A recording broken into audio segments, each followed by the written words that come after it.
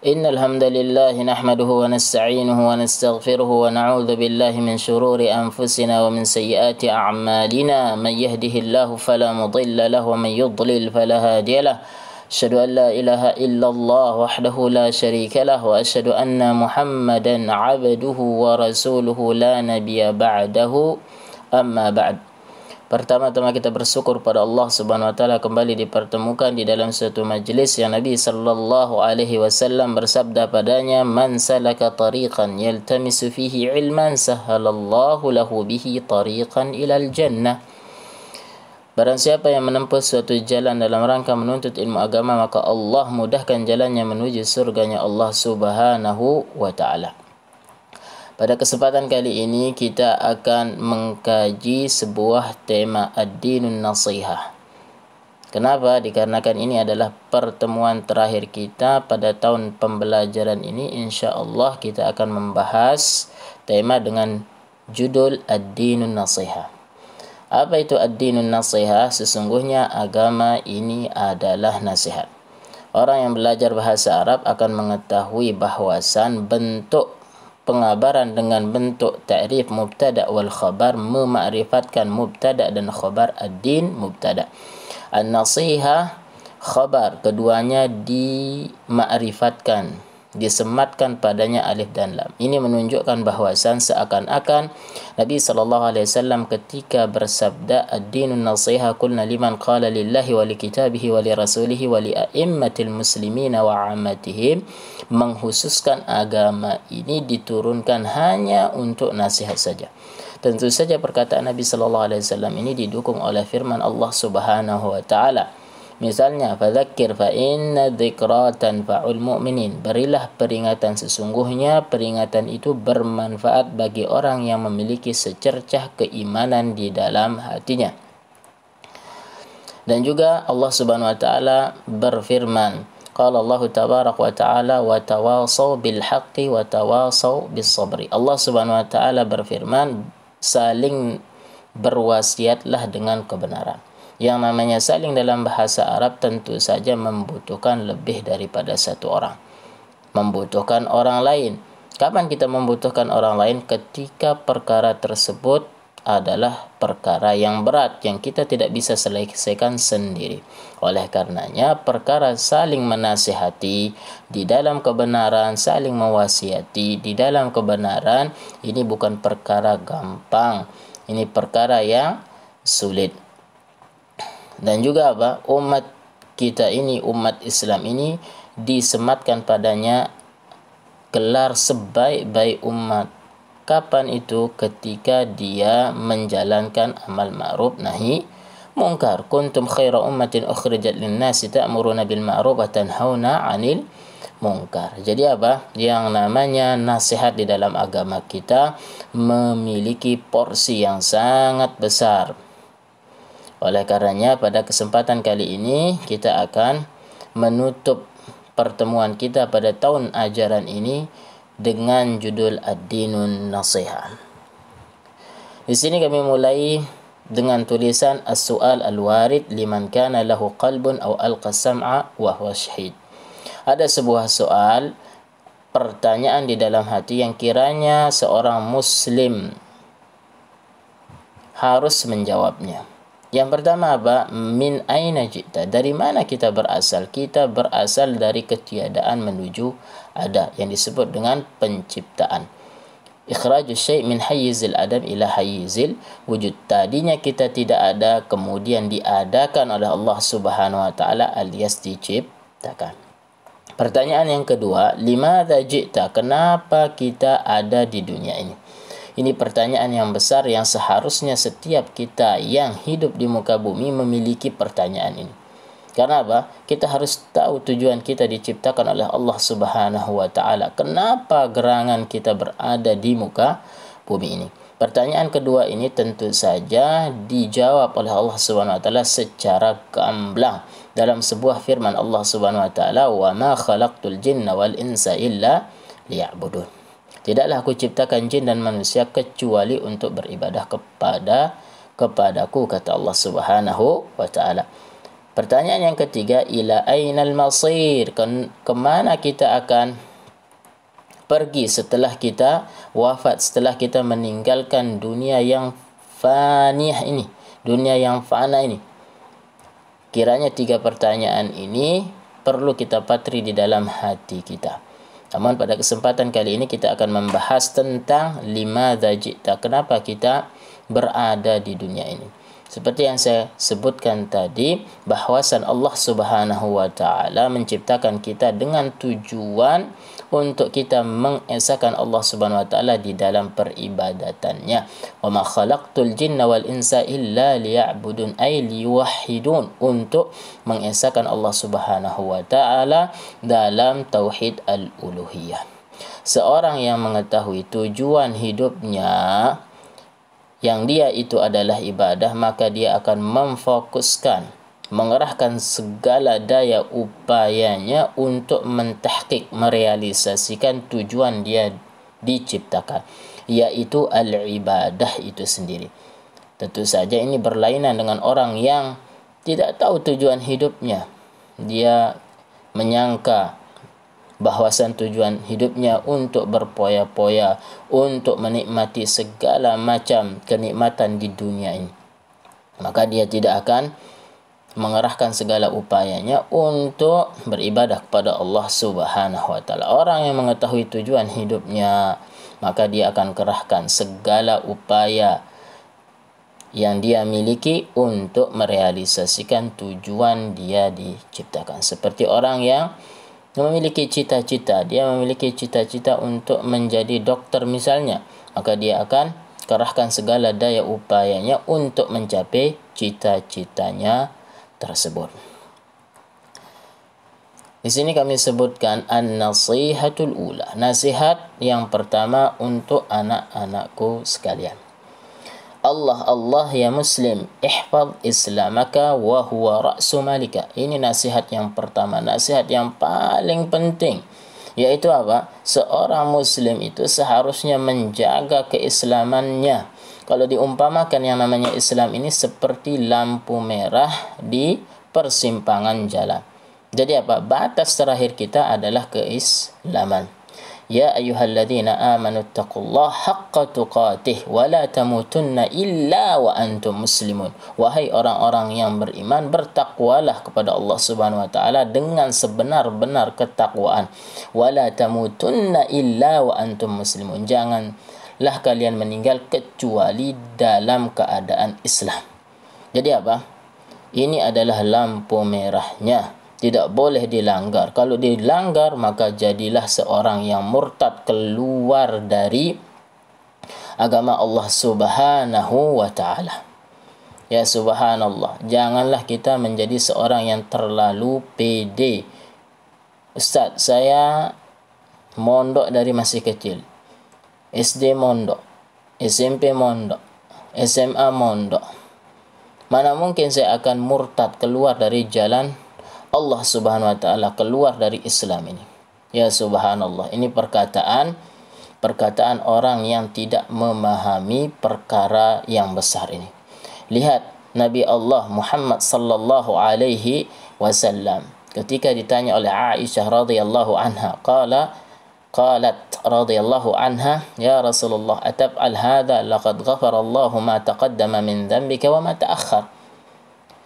Wahai Nabi Allah, engkau lakukan ini sedangkan Allah Subhanahu wa taala telah mengampuni dosamu yang sebelumnya dan yang akan datang. Jadi Nabi sallallahu alaihi wasallam berdiri salat malam hatta tatafatam qadamah, sampai bengkak kakinya. Ditanya oleh Aisyah, kenapa beliau melakukan yang seperti itu? Apa kata Nabi sallallahu alaihi wasallam dalam sebuah riwayat? Qala sallallahu alaihi wasallam, afala akuna 'abdan syakura? Apakah aku tidak bisa menjadi seorang hamba yang bersyukur, wahai Aisyah?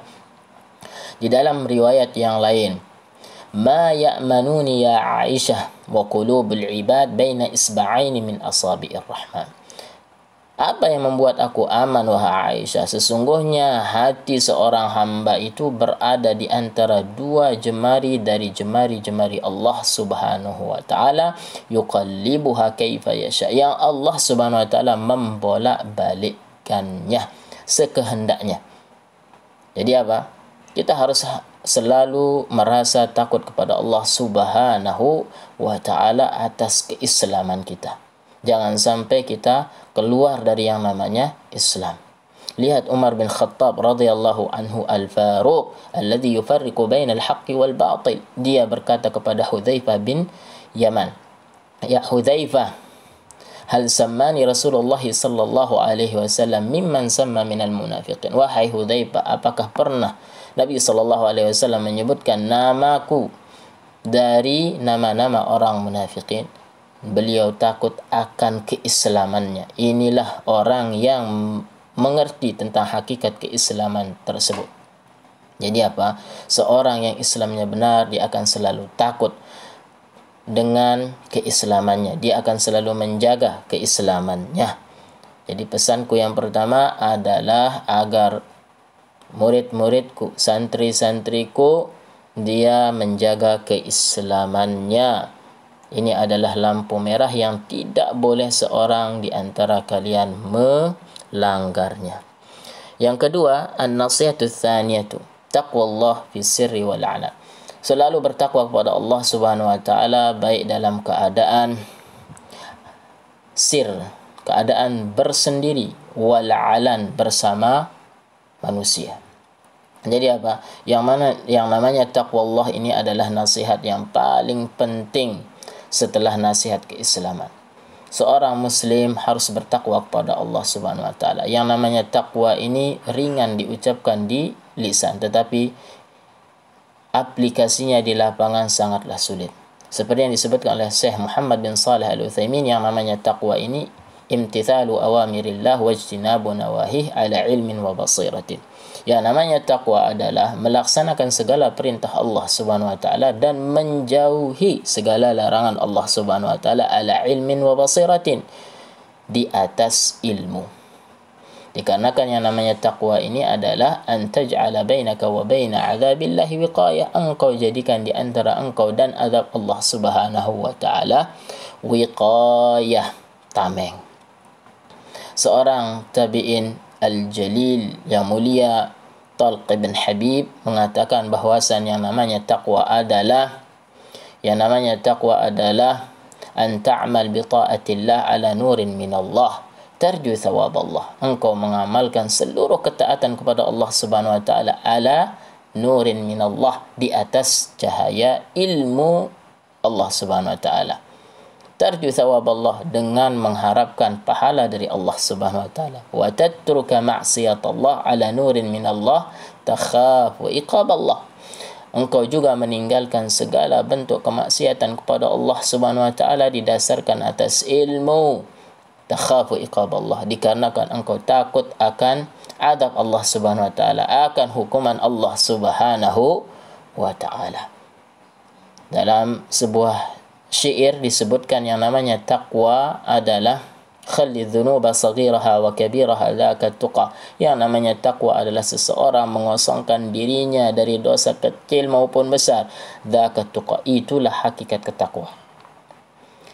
Kamashin fawqal ardi syauki yahdharu ma yara, seperti halnya seseorang yang berjalan di atas bumi yang penuh dengan duri, maka dia akan yahdhar ma yara, dia akan melihat kiri kanannya, dia akan hati-hati ketika melangkah, tidak serampangan, tidak sembarangan.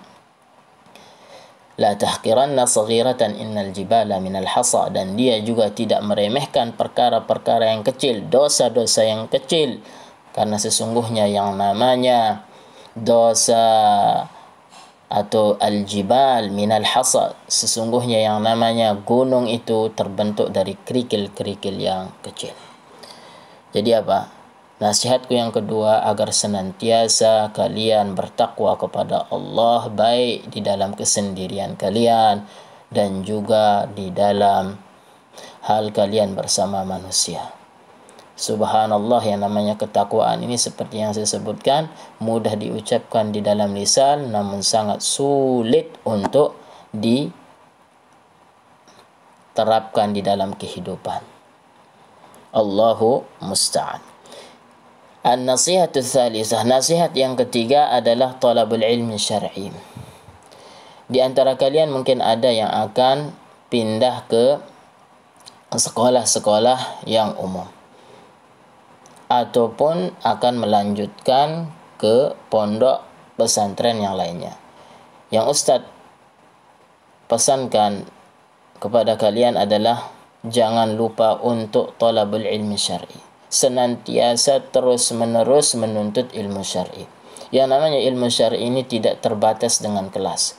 Yang namanya ilmu syar'i ini tidak terbatas dengan yang namanya marhalah, tingkatan-tingkatan. Seperti perkataan Al-Imam Ahmad rahimahullahu ta'ala, yang namanya talabul ilmi ini adalah minal mihbarah ilal maqbarah. Dari ketika seseorang mengenal cinta sampai dia masuk ke liang lahat, terus menerus dia akan menuntut ilmu syar'i, dan dia akan selalu butuh dengan yang namanya ilmu syar'i itu. Karena apa?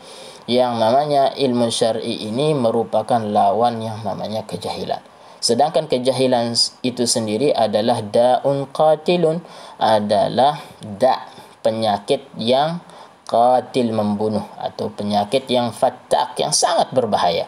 Seperti yang disebutkan di dalam sebuah syair, al-jahlu da'un qatilun wa shifa'uhu amrani fit tarkibi muttafiqan nassun minal kitabi aw min sunnatin wa tabibu dhakal alimur rabban. Yang namanya kejahilan itu adalah da'un qatilun, adalah penyakit yang membunuh, bukan penyakit biasa-biasa saja. Wa shifa'u amrani fit tarkibi muttafiqan, dan obatnya ada dua perkara. Nassun minal kitabi aw min sunnatin, nas dari Al-Quran dan juga dari sunnah Rasulullah sallallahu alaihi wasallam. Tapi apa? Al-Quran dan sunnah Rasulullah sallallahu alaihi wasallam tidaklah cukup. Kita membutuhkan apa? Membutuhkan tabibur rabbani, ulama yang rabbani, yang kita duduk bersimpuh di atasnya, belajar padanya Al-Quran dan sunnah ala fahmi salafil ummah. Jadi apa? Tidak cukup Al-Quran dan sunnah. Maksudnya di sini apa? Kita harus belajar kepada para ulama, kita harus belajar kepada ustaz-ustaz yang dikenal dengan keilmuannya, dengan pemahamannya yang benar. Oleh karenanya di sini Ustaz wasiatkan untuk kalian selalu terus-menerus melanjutkan talabul ilmi syar'i, supaya apa? Supaya kita bisa hidup di atas Al-Quran dan sunnah ala fahmi salafil ummah, tidak terombang-ambing dengan ombak-ombak fitnah dunia. Jadi di sini intinya apa? Walaupun kita tidak lagi di pondok, walaupun kita tidak lagi di Ma'had Abu Hurairah, maka kita terus menuntut ilmu syar'i. Dikarenakan ilmu syar'i ini merupakan jalan untuk kita mendapatkan apa? Mendapatkan surga Allah Subhanahu wa taala. Man salaka tariqan yaltamisu fihi ilman sahalallahu lahu bihi tariqan ilal jannah. Seperti yang Ustaz ulang-ulang setiap kali di kelas kita. Tujuan kita hidup ini hanya satu, yaitu apa? Al-jannah. Mendapatkan surganya Allah Subhanahu wa ta'ala. Allah ya talabal ilm, ya tullabil ilmi bi ilmi syar'i. Wahai penuntut ilmu, senantiasalah kalian menuntut ilmu syar'i. Kiranya ini yang bisa Ustaz sampaikan pada pertemuan terakhir kita. Mudah-mudahan bermanfaat dan dijadikan sebagai pelita di dalam hati. Jangan sampai dia masuk telinga kanan, keluar telinga kiri, atau yang sebaliknya, masuk telinga kiri, keluar telinga kanan. Kita tutup dengan doa kafaratul majlis. Subhanakallah wa bihamdik, asyhadu an la ilaha illa anta, wa astaghfiruka wa atubu ilaik. Wassalamu alaikum warahmatullahi wabarakatuh.